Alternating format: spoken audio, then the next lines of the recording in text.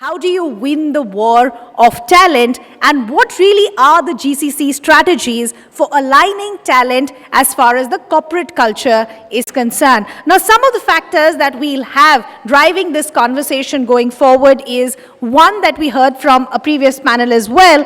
Can we really understand what are the challenges as far as talent acquisition is concerned? We'll also try and understand what are the various effective talent acquisition strategies. So I'll leave the rest to our lovely panelists, but with a huge round of applause, ladies and gentlemen, let's start welcoming our stellar panel. Can we have it up for Harish Kukreja, CHRO at Ameriprise, to please join us on stage?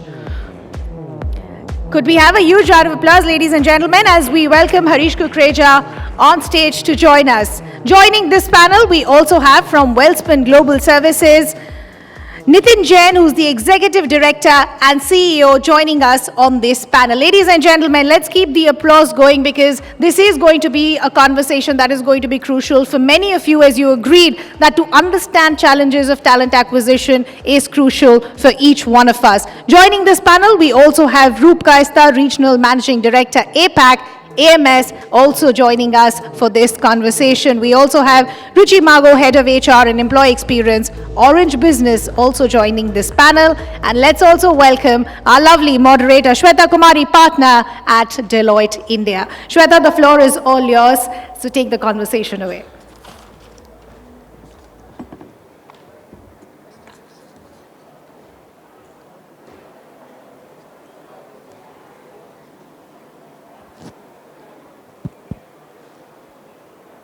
Very warm good afternoon to all the ladies and gentlemen.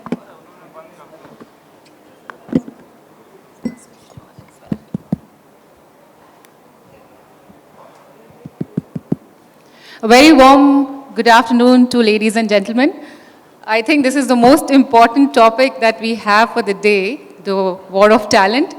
And we've already been given a heads up that we're running late. We have to try and wrap it up in 20 minutes. I'm sure we'll try our best to do justice to this topic.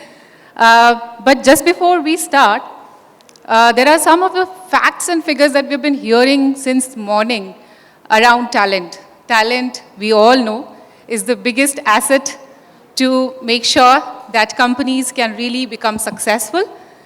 And if we look at GCCs, the world of GCCs, it has seen its own evolution. The talent landscape has seen its own evolution. The reason being, it was merely an operational hub a few years ago, and now it has really transitioned into and transformed into a true center for excellence, innovation, and strategic activities that are running from these centers. And as a result, the talent has also evolved. The last 5 years, there has been 6,500 global roles that have been created out of India in these centers to integrate between the centers and headquarters. In short, the landscape is really evolving with some new niche skills also coming to the fore, like AI, ML, robotics, data sciences, and all of that, right? So the landscape is continuously evolving with all of this. But we also see on the other side some of the challenges where we see, and we know for a fact that GCCs are paying somewhere around 30 to 40% higher than ITS services. Is this sustainable in the long run? The table stakes are normal compensation that you're offering to employees, the benefits, also upskilling your talent and all of that. But are these enough? Is that all that you could do to really win this and stay ahead in the talent war? That brings me to some of the discussions that we're going to have right now with this esteemed panel over here. And I really want to start by asking, what are you observing in the talent marketplace? And what are some of the strategies that you are following to ensure that you are ahead of the curve and you are winning in the market? So over to you, Harish. Great. No, thank you. Thank you, Shweta.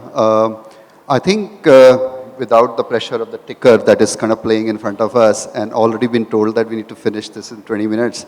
I think the whole concept of talent and demand is going to kind of continue to be intensified. The challenge that we are seeing right now in the market, if I look forward next 5 years, 10 years, I think it's going to get further intensified. Hardly any week goes by these days without the announcement of a new GCC being set up or some thought leadership being kind of put forward. So I feel that if we feel challenges great at this point in time, it's going to get really worse in the years to come. So it will all be down to a compelling value proposition which will go beyond the pay, which will go beyond the kind of benefits, work environment. It will be overall value proposition which will have multiple factors in terms of role, growth opportunities, who are the people are going to be interacting. So it's going to be a combination of many things that organization like us need to consider to present that compelling value proposition so that they consider us versus other players. That's a beautiful point that you made. And Nitin, the same question goes to you. So first of all, I would just like to introduce a small introduction for the Welspun. I'm representing Welspun. Welspun is the part, it's the Indian MNC, generating close to $5 billion of turnover into the home textile, pipes, steels, infra, and so on. Coming back to this, the main questions on the talent part, talent management probably is not only the necessity for the GCC, it's a necessity for all the businesses. In Welspun, we call it as a double T management, which is talent management and the technology management. And when it's like a talent management, it's like how you are attracting the talent. That's the first part, because that's the first gate where the talent will come, which will include the very focused employer branding, which will also focus your robust recruitment process where the candidate experience is on the top. The second is the engagement activities. So we can engage the people, with the positive work environment. We can engage the people with the good reward and recognitions policies, with the learning and development to give the positive culture and so on. And the last part is the retention, which is again a very important part. We were just discussing outside during the coffee that the people don't leave the company, organizations, they leave the bosses. So maybe when we are talking about the retention part, it's very important that first of all, the employee should be connected with the purpose of the organizations. That's the important part. The second is the competitive compensation, because everyone needs the money. And maybe the important part is that if we can train the bosses that how to become the leaders, coaches, and the motivators, so that the people are not leaving them. And maybe the last part is the training part, the learning and the development part. If we can create the culture where the employee is feeling that, they are being heard, they are motivated and so on. So with all these things, probably we can win this war. Well said, Nitin. You've probably touched upon every aspect in such a short span of time. But over to you, Roop, just to tell your experience of what you are observing in the talent marketplace and how do you think you have re-strategized yourself to win that? Absolutely. So just very quickly introducing AMS. We are a talent outsourcing company. We're not a staffing company, not a professional recruitment company. All in all that we do is we work with large enterprises like some of you in the room and that outsource their talent or HR to us. The big difference that we have seen over the last and I see after COVID almost as a different era, is the role of the HR business partner and the role of the recruiter is no longer just in that fit. As Nitin very rightly pointed out, talent is at the core of everything that we do. No products can be produced if there is no talent. No services can be delivered if there is no talent. And in spite of, the huge number of graduates coming out in the market, the talent shortage is real. That is why the entire HR organization and the talent organization is moving towards really changing the roles. And from our organization perspective, we really see the talent or the recruiter, what we used to call the talent advisor, becoming more of a career coach.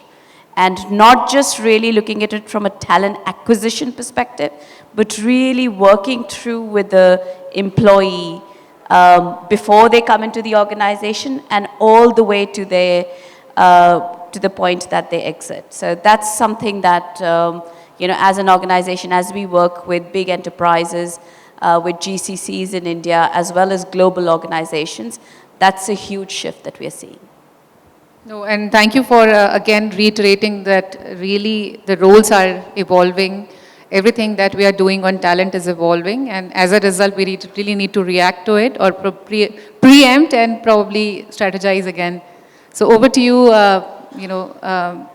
to really talk about how do you see the market really reacting? Sure.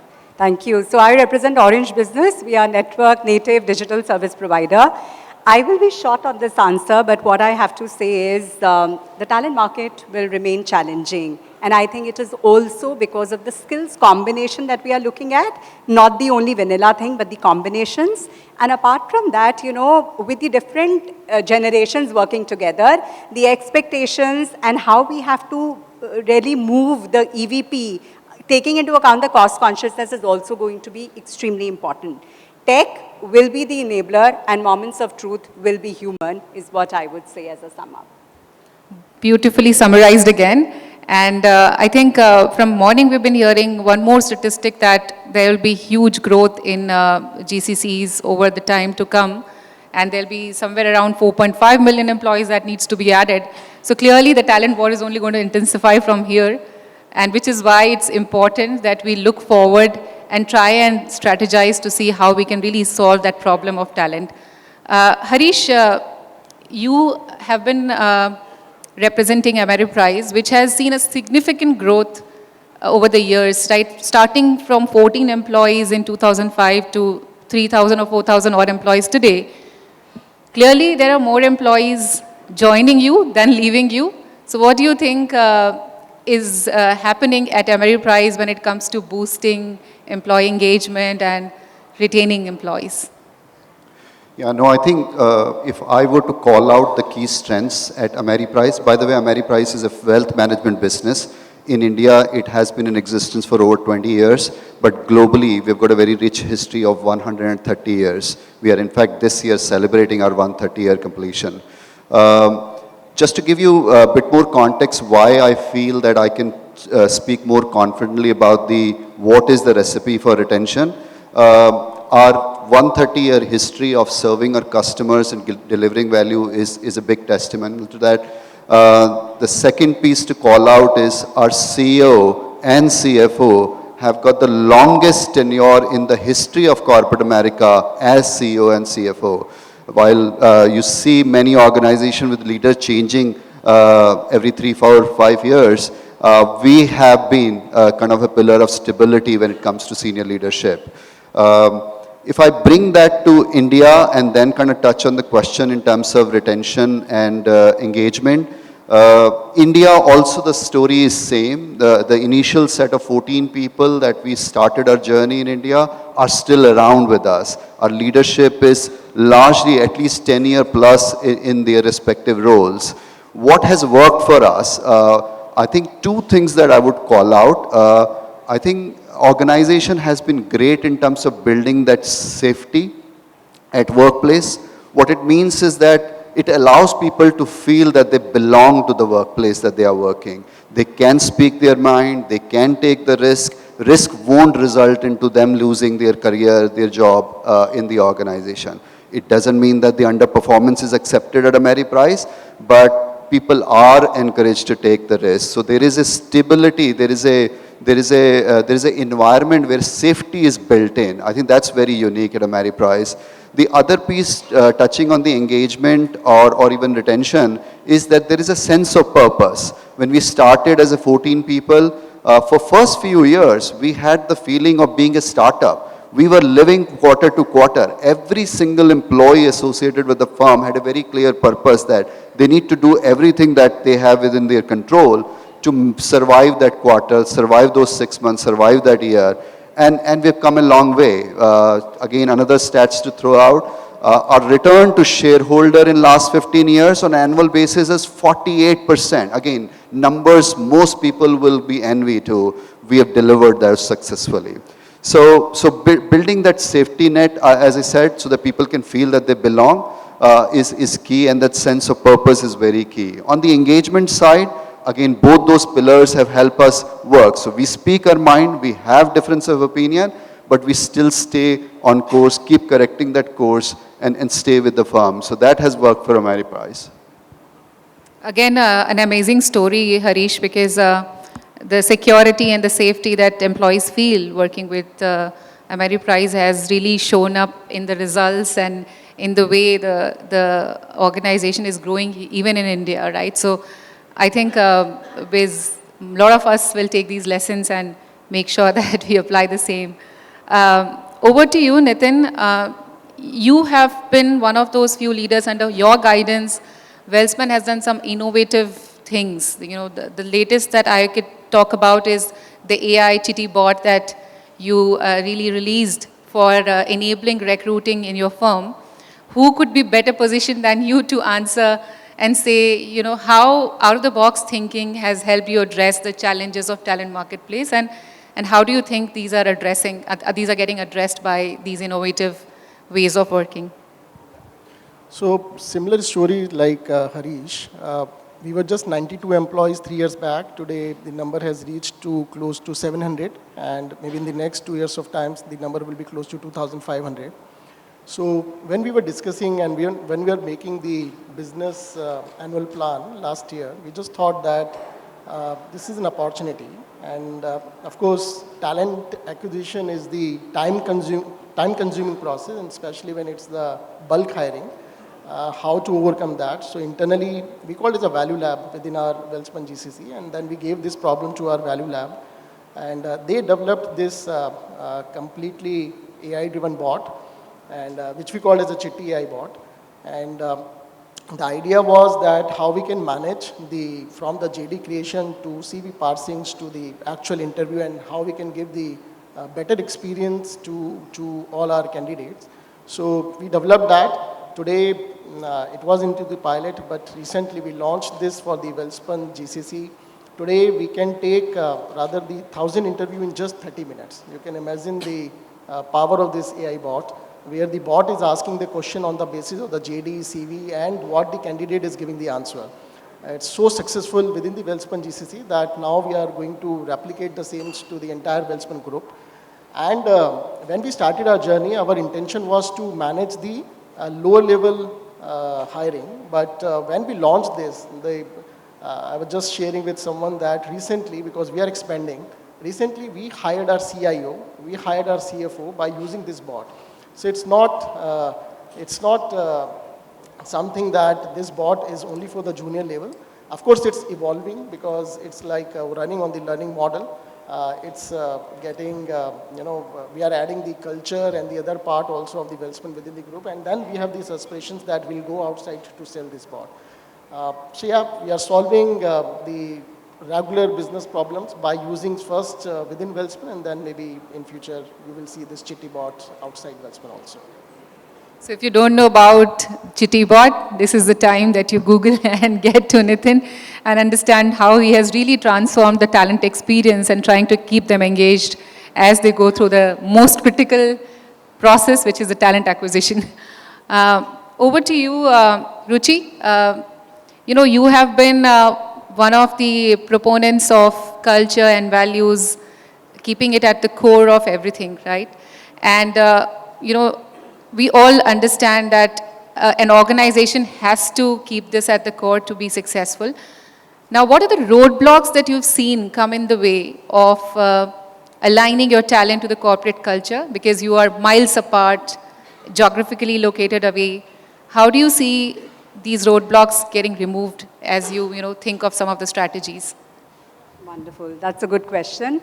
If I talk about culture, I'll use an analogy of an iceberg, right? So the top part is the easier one, which is, our policies and practices and the office layout and the events. But the hidden part is the one which is main around, the values and the behaviors and the assumptions and the norms as well. To me, I think what I would say is that especially for a global organization, it is very important that culture has to be very, very simple so that it is interpreted in the same manner. It starts from hiring. I mean, when we hire people, we look at not only skills, but we really look at the mindset, the approach, and, the way their values are going to be linked or aligned to ours. For the people who have been within the organization, it is through continuous feedback and nudging that we tell that, are you behaving in the way that you really want to do? And I'll share some examples later. Coming to your question on roadblocks, I mean, there are a lot of roadblocks, but if I have to call out few, I'll use an acronym for that, and that's called GAPS. So my G stands for goal over emphasis. A lot of times we in the organization are focused so much on what versus how. And that is the time, when employees really become disengaged and are not empowered to bring the change. So it's important to be result-oriented, but at the same time, we have to have that emotional connect with the employee. So that's my G. A is for ambiguity in values. And what we have seen in Orange as well, our values are very simple. It's all about bold, caring, and responsible. Simple. Across any country, same interpretation. So if there is misalignment in values, what I understand and what you understand is not the same, it becomes a mystery novel. And you really have to figure it out how to come out of that maze.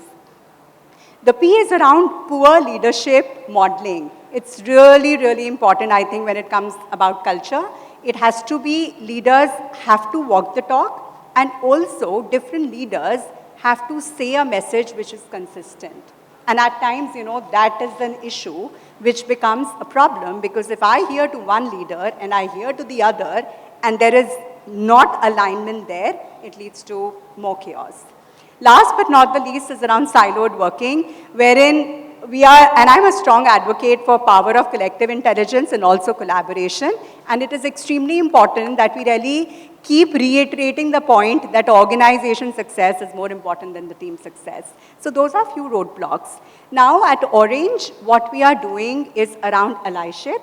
So we have allies, culture allies, who really are the sponsors or the advocates or the influencers around that. We also use a lot of storyboard or nukkar natak, or sharing employees' testimonies in terms of how are they living the values and how are they really contributing towards the end goal. Apart from that, we also have a concept of culture keeper. Now, culture keeper is someone who's going to be nudging the other person and speak out if they observe that some action or behavior is not aligned to the values. So you have to have those culture keepers as well. And last but not the least, it is important to celebrate culture milestones and also keep a very close pulse on understanding the ground pulse. Are people also feeling the same? So we do n number of listening and responding, and the ENPS and other surveys to keep a very close pulse on the ground. Thank you for leaving us with that acronym GAPS. We all will remember this, and we're sure to find our own ways of dealing with the gaps. Roop, if I come to you, I know you've been one of the, person who have worked a lot in the talent arena and are known for keeping your clients and your own organization abreast with the latest and greatest strategies that you follow in talent acquisition. So some of the ways and some of the strategies that you would like to share with all of us here, so that we are able to build a very strong pipeline and retain people, and especially our top talent as we go and get this war in our control. Yeah. I think, first of all, that building the pipeline, it is definitely a business imperative, right? Primarily because, all that we've been hearing today, there is so much of energy around innovation and technology, but the reality is that comes with businesses needing skills that don't exist today. The life cycle of skills or the half-life of skills is going down drastically. So I think I can talk a lot about strategies, but probably two things that I'm going to really zone in on. Number one is really looking at reskilling. And the second thing is really looking at talent as one. Whether it is contingent talent, so your contractors, an extended workforce, looking at talent that is within the company, so really internal talent, bringing in external talent, and then the fourth one really being your fresh graduates.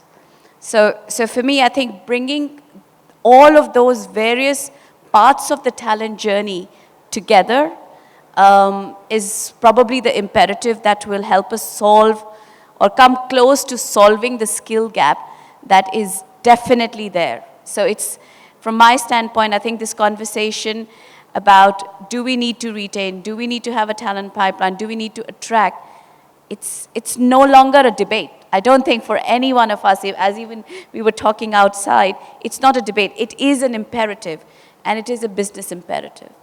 So really, and I think that's probably something that I would really advocate, and really happy to talk more, in our sessions outside, given that we're running out of time, and I know that we're between, lunch for all of you.